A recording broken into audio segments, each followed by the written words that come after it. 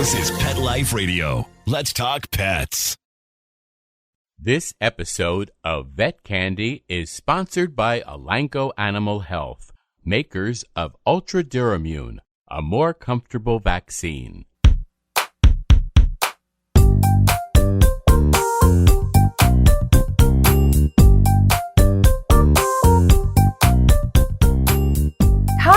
Welcome to another episode of Vet Candy's podcast in other news. I am your co-host, Dr. Jen. And I'm Dr. Jason. And if you are not yet a Vet Candy subscriber, why not? Please subscribe for free today at myvetcandy.com. And if you want to get in touch with us, you can send all messages of positive thoughts to me at jen@myvetcandy.com. And if you want to get real and keep it real, send them to me at jason@myvetcandy.com. Okay, so today's one of our special episodes. It is. Well, every episode is special. Every episode is Shall special. we call this one extra special? Extra. Oh, it's extra. It's extra. Today, we're extra. Yeah, so today we have Chatfield's differentials. I'm not even sure what that means. Yeah, so just like veterinarians and clinicians may make a list of differential diagnoses with difficult cases, which means these are all the possibilities we think could be the diagnosis. So what you're telling me is, in other news, we're going to have a multitude of interesting topics to discuss today. Exactly right. That's good. Exactly right. Yeah. So because it's getting near the end of the year. Near the end of 2020. Oh. I know. Should we celebrate? We could. All right. So we are actually going to kind of discuss this past year. I mean, it's been an interesting year, hasn't it? To be honest, we might have to have 2 or 3 or 4 episodes to discuss everything that happened this year. So we'll hit on the high points, the low points, and the major things that happened. But yes, you're right. A lot of things happened this year. Yeah, it's been a year. Yeah. And then we're going to look forward to 2021. So never a truer statement. It's been a year. Never a truer statement. Oh my gosh. Yeah. So for me, I guess like if I was going to think of the first thing that I remember happening in this year was we launched Pop. We did launch Pop. Vet Candy Pop. I forgot. It's been a long year, hasn't it? But I remember recording those episodes. The first of the year. That was great fun. That was the first ones that we recorded. And they were so fun, right? With our friend and colleague, Dr. Courtney Campbell. And I think even in one of those early recordings, there's an outtake where we were talking about can you believe this stuff going on? The novel coronavirus. The novel coronavirus. Yeah. And I remember we were thinking like, man, Japan just shut down their schools. Those poor guys. Yeah. That's what we were thinking. Well, I think some of us thought it might come here. Who was that? But not everybody. But surely no one could have predicted. Nobody. I don't think anyone could have predicted what and happened. we joke, and it's a serious matter. It's affected the entire world population, which very much includes veterinarians, pet owners, and pets. Yeah, so it's been an interesting year for the animal health world, right? For sure. Especially the pet world.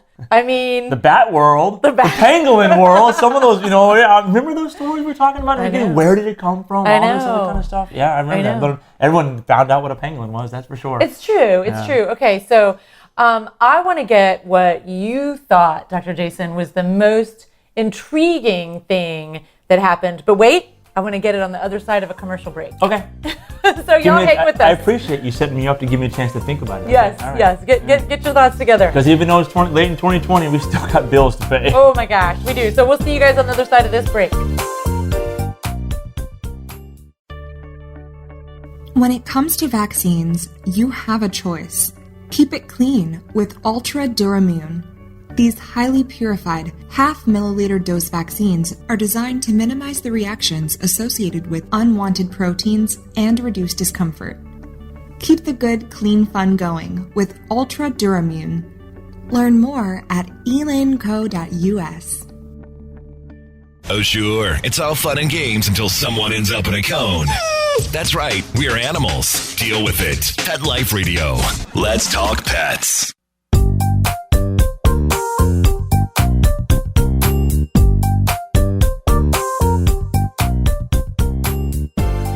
Welcome back.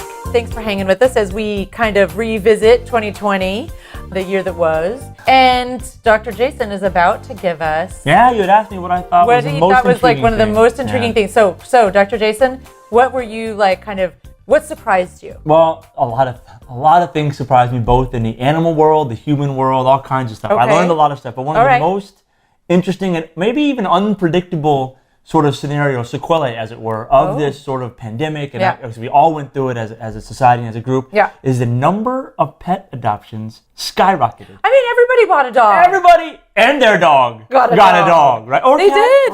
Or cat, but mainly dogs, right? I think it was mostly, mostly dogs. I had the same thing. And the Frenchie, ascended. The Frenchie you had ascended. to work that in there, yeah. Oh, I know. Well, because, I do love my Frenchies. But seriously, you think about it. I mean, you just don't think that's going to happen. You think everyone's shut down, or whatever that means to you. It's been unfortunate. Hey, let's go get a pet, right? And it was great for a lot of reasons, and it still continues to be great. But there were, record numbers of adoptions. Yeah, and I think that's a testament to how much we have come to rely on pets for emotional support, right. And how much we can, right? We have that relationship with pets that we can rely on them for that level. Right, and I think people did get them for that reason. I asked several people, why would you go get a pet now? Seems like I'm a big fan of pets. Why would you get one now? Yeah, and a lot of it was, well, I'm home. I had a dog when I was growing up. I finally, I got busy with my life, and I didn't realize how much I missed having that companionship. Yeah. It does speak volumes to what pets can bring, to our lives. Yeah. Right? So we shouldn't forget that. But and so the kind of, I guess, an indirect effect was that not only did people go and purchase pets, but then they knew what to do, at least a large number of them, because most veterinary practices, they moved to curbside service, right? Number one, we discovered we were essential. Very much so.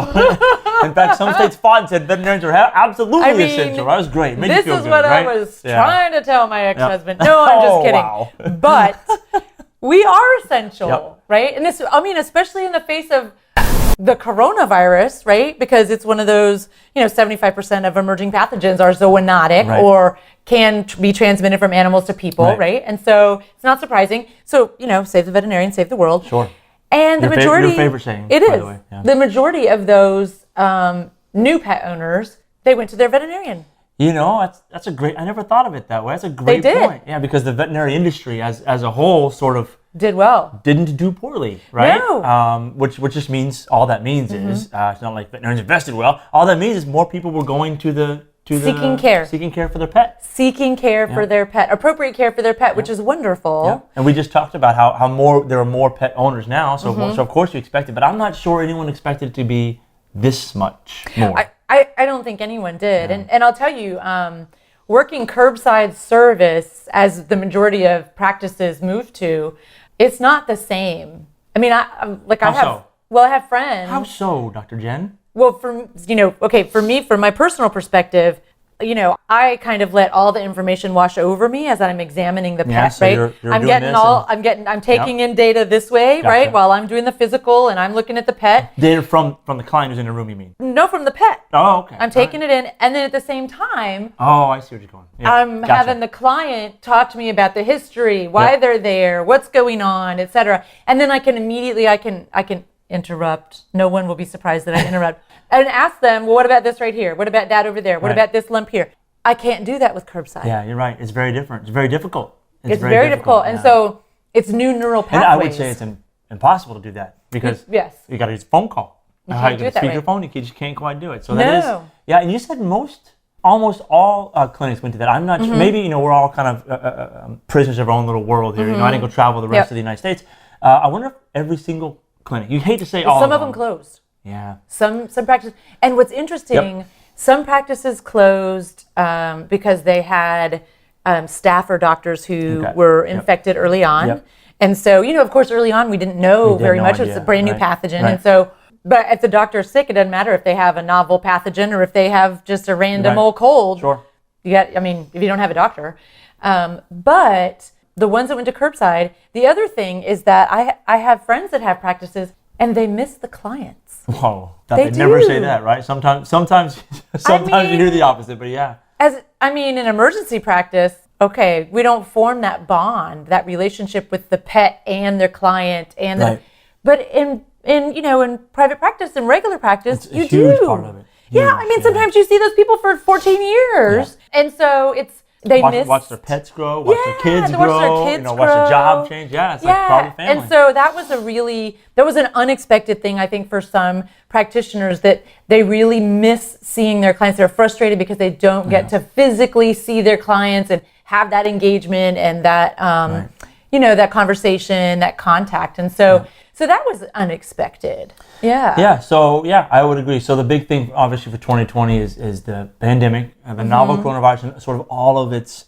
We didn't even talk about that's just how a couple of things how it affected in the animal world. But there was a lot of stuff happening with the pandemic. So but so it's funny because I was looking back at our old podcast episodes from this past year. And we talked about coronavirus. Hey, we talked about it before it was cool. We actually did. We did.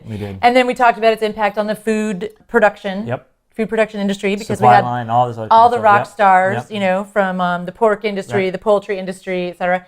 But we also I forgot about that. Yeah. We also talked a lot about access to veterinary care. And we talked about preventive medicine. Yeah.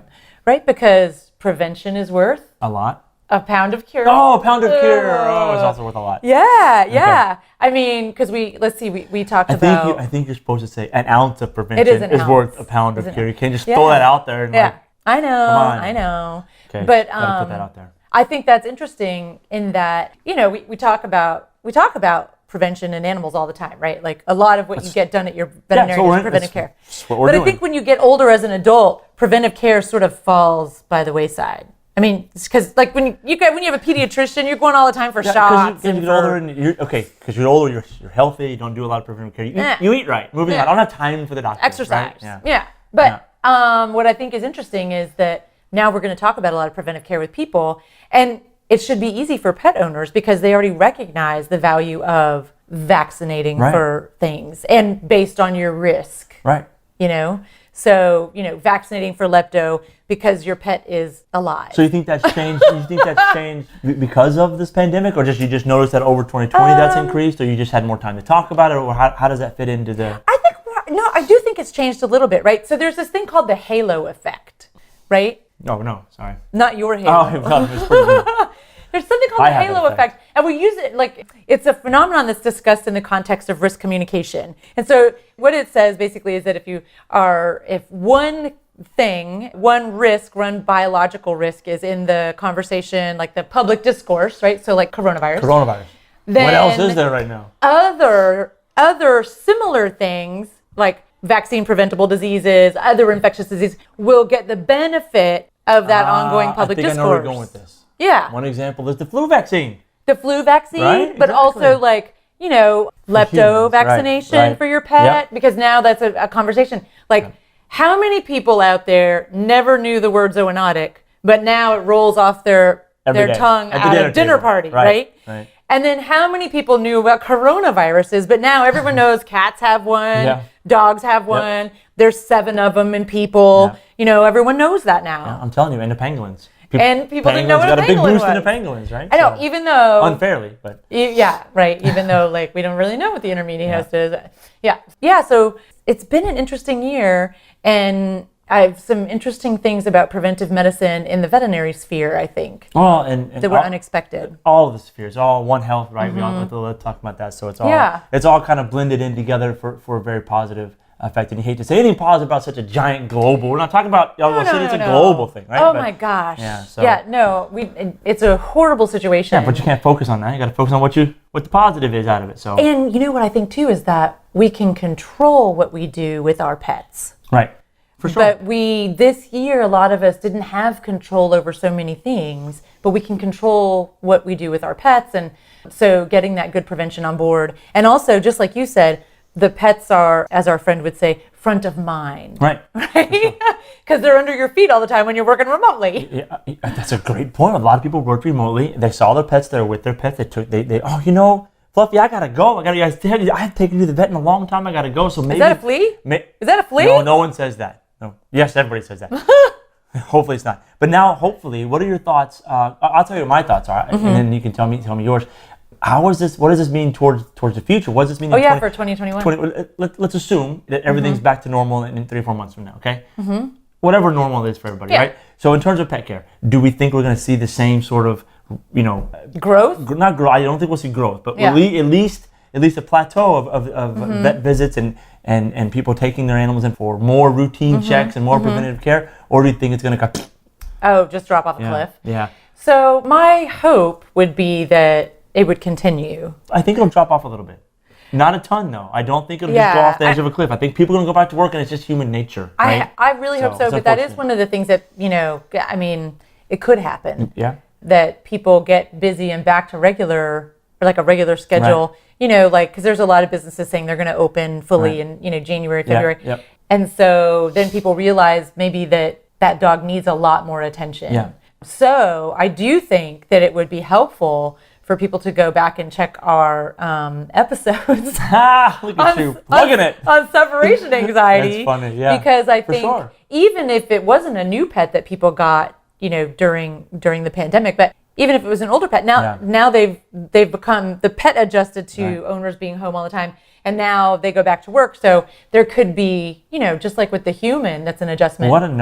That's a fantastic point to bring up. It's a giant change. I mean, in our life, but it also is a giant change in the pet's life, but not the way you would normally think, right? It's I'm always home and now I'm not, right? It's not normally how it goes, right? Yeah. So that's interesting. So my hope, especially everyone out there in the Candyverse who's listening, my hope is that people recognize that manifestations or, signs of anxiety from a pet they're not mean, doesn't mean they're bad, and they are something that can be addressed, like managed, so that it's not a reason, because the number one reason that people surrender pets is behavior issues. Yeah. And so my hope is that people will take the time to find that information, talk to their veterinarian, right? Yep. And veterinarians, be ready. It's coming. Yeah. With some tools to provide owners to deal with it. But so I think it's going to be an interesting 2021. Yeah, and maybe even 2022. Who knows? Who would have thought this would happen in 2020? So yeah, incredible. Yeah, there are a couple more things in 2020. What? Yeah, listen. What do we like? Yeah, I want a positive story. We were nominated for a Top 10 People's Choice Podcast Award. Boom, baby. We were nominated. It was fantastic. Nominated, and we made the final cut to Top 10. Top 10.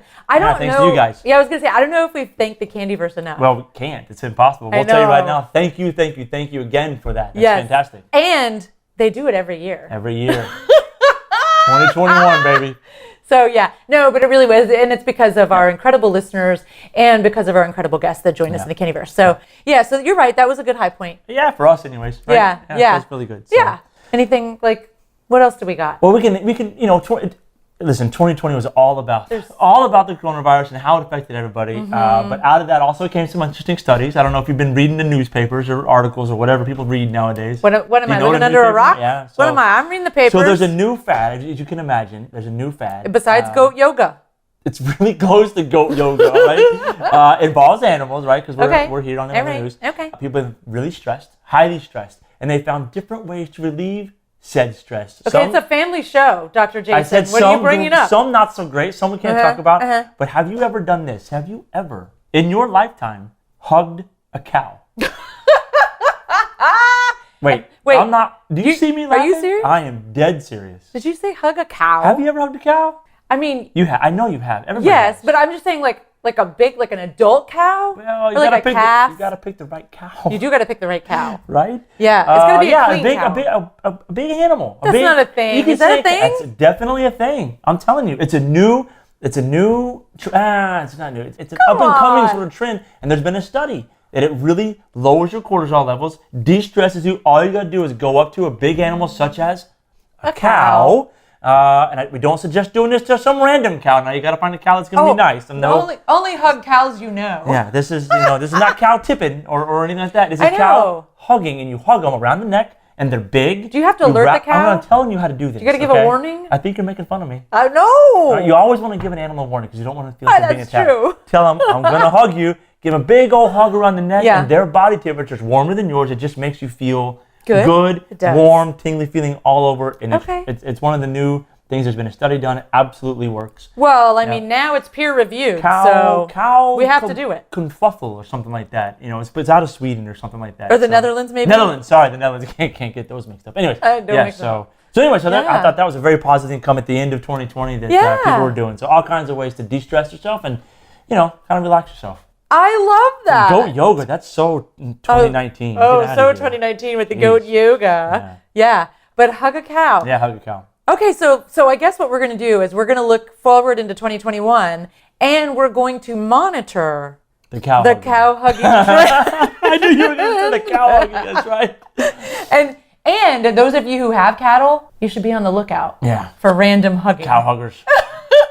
We make fun. Don't go hug a random cow. Make sure it's a cow you know. Make sure the cow knows you. Not a bull. Don't hug the bull. It could be a nice. Why you gotta be? It could be the bull. It could be a nice bull. Anyway, but hug a big animal, right? Yeah. Yeah. All right. Okay. So, that's a nice I thought that was cool. note. I love it. Super sort of negative stuff. Even though it's truthful and whatever. I do real like world, it. Hug a cow. And now it's peer reviewed. It's been peer reviewed. So it must be true. Absolutely. Right.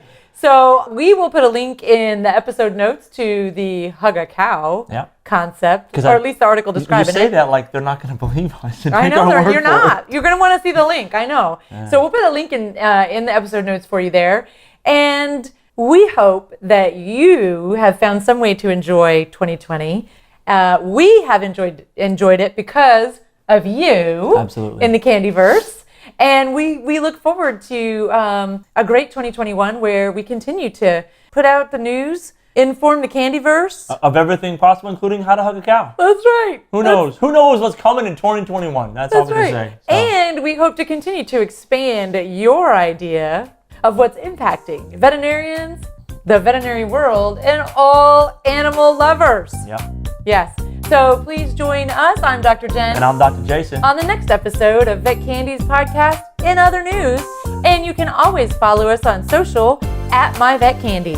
And we'll catch you guys on the next episode. Hug a cow. Let's Talk Pets. Every week on demand. Only on PetLifeRadio.com.